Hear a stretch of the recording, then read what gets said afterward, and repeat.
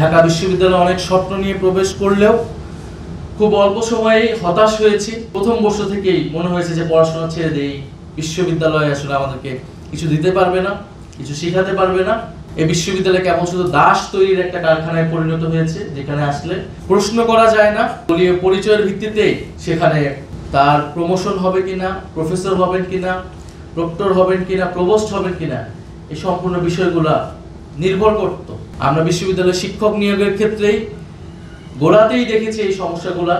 আমাদের একজন ভিসি ছিলেন, তিনি তার আত্মীয় স্বজনকে প্রবেশ করানোর জন্য বিশ্ববিদ্যালয়ে চাকরি দেওয়ার জন্য নতুন নতুন ডিপার্টমেন্ট খুলেছিলেন। আমি গণ অভ্যুত্থানে সকল শহীদদেরকে, সকল আহতদেরকে স্মরণ করছি, বিশেষভাবে স্মরণ করছি এবং কৃতজ্ঞতা জানাচ্ছি জুলাই গণ অভ্যুত্থানে সারা বাংলাদেশে বিভিন্ন পর্যায়ে, বিশ্ববিদ্যালয় থেকে স্কুল, কলেজ, মাদ্রাসা, বিভিন্ন পর্যায়ে যারা শিক্ষক আমাদের সাথে রাজপথে নেমেছিলেন, আমাদেরকে সাহস জুগিয়েছিলেন এবং নিজেরা গুলির সামনে দাঁড়িয়ে গিয়েছিলেন। এই ঘটনা বাংলাদেশের ইতিহাসে বারবার ঘটে না।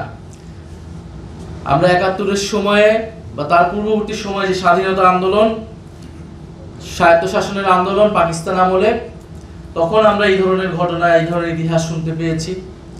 শিক্ষক এসে গুলির সামনে দাঁড়িয়ে যাচ্ছে। আমরা ঢাকা বিশ্ববিদ্যালয়েও দেখেছি, যখন 15ই জুলাই, 16ই জুলাই, 17 জুলাই, তখনও দেখেছি কিছু কিছু শিক্ষক আমাদের পাশে এসে দাঁড়িয়েছে, আমাদের মিছিলের সামনের সারিতে তারা থেকেছে, গুলি যাতে তাদের গায়ে আগে লাগে। আমরা দেখেছি প্রাইভেট বিশ্ববিদ্যালয়ের শিক্ষকেরা নেমেছে, মাদ্রাসা শিক্ষকেরা নেমেছে, স্কুল, কলেজ, জাতীয় বিশ্ববিদ্যালয়, সকল পর্যায়ে শিক্ষকেরা রাজপথে নেমেছেন। RICL TMX, যুগের পর যুগ স্থাপনা থাকে মজবুত। শিক্ষকদের একটা অংশ দীর্ঘদিন ধরে, গত 16 বছর ধরে এই ফ্যাসিবাদের বিরুদ্ধে লড়াই করে গিয়েছিলেন। তাদেরকেও আমরা অভিবাদন জানাই, কৃতজ্ঞতা জানাই। গণতন্ত্রের প্রতিষ্ঠার জন্য তারা দীর্ঘদিন ধরে কাজ করে যাচ্ছেন এবং এই ইউটিএফ প্রতিষ্ঠার সাথেও যারা জড়িত বা যারা এখানে আছেন, তাদের প্রায় ম্যাক্সিমামই গত 16 বছর ধরেই তারা নির্যাতিত, নিপীড়িত, বঞ্চিত এই ফ্যাসিবাদের, বিগত যে ফ্যাসিবাদী সরকার ছিল তার দ্বারা। এবং আমাদের যে শিক্ষা ব্যবস্থার যে বেহাল দশা, গত 16 বছরে আমাদের সকল প্রতিষ্ঠানকে ভেঙে ফেলা হয়েছে, দুর্বৃত্তায়ন হয়েছে, দলীয়করণ হয়েছে। সেখানে মেধার কোনো সুযোগ, মেধা বিকাশের কোনো সুযোগ ছিল না। সেটা যেমন ছাত্র হিসেবে আমরা অভিজ্ঞতা পেয়েছি, শিক্ষকদেরও সেই অভিজ্ঞতার মধ্যে দিয়ে যেতে হয়েছে। সিরাজুল ইসলাম স্যার যেমনটা বললেন যে দলীয় পরিচয়ের ভিত্তিতে সেখানে তার প্রমোশন হবে কিনা, প্রফেসর হবেন কিনা, প্রক্টর হবেন কিনা, প্রভোস্ট হবেন কিনা, এই সম্পূর্ণ বিষয়গুলা নির্ভর করত। আমরা বিশ্ববিদ্যালয়ের শিক্ষক নিয়োগের ক্ষেত্রেই গোড়াতেই দেখেছি এই সমস্যাগুলা।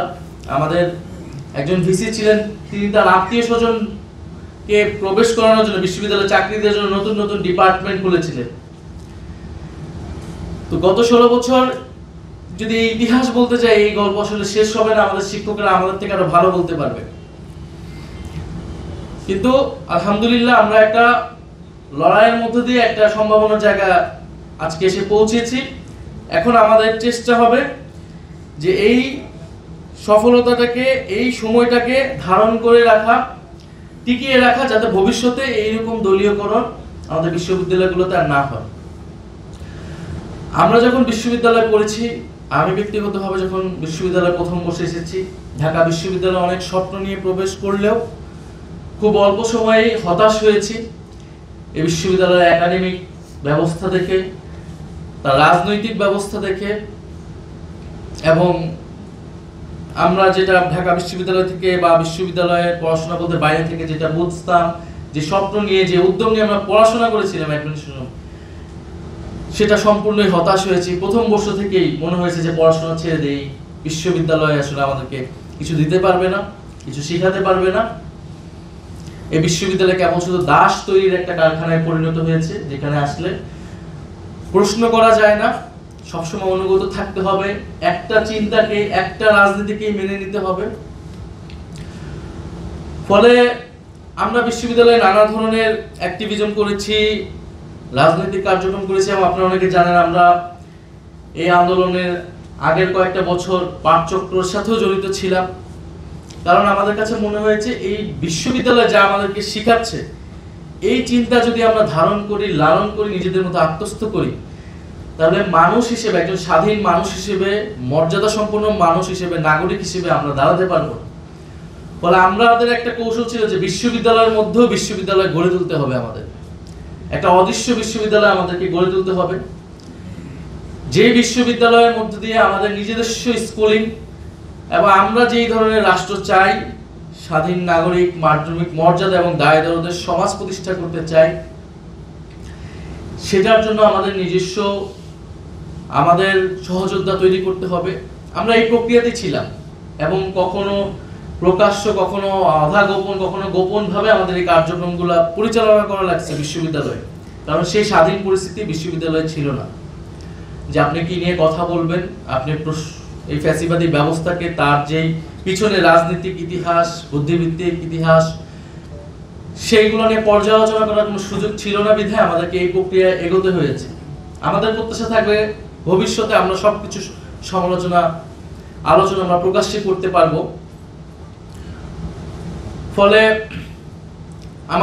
আমরা মনে করি, আমরা বারবারই বলে এসেছি 5 আগস্টের পর থেকে, যে আমাদের এই যে লড়াইটা, এই যাত্রাটা শেষ হয়ে যায়নি, বরং 5 আগস্টের মধ্য দিয়ে এটা আমরা একটা সম্ভাবনার জায়গায় পৌঁছেছি, যে ফ্যাসিবাদী কাঠামোকে বিলোপ করে একটা গণতান্ত্রিক বাংলাদেশ প্রতিষ্ঠা করা। কারণ ফ্যাসিবাদী কাঠামো বাংলাদেশে রয়ে গিয়েছে।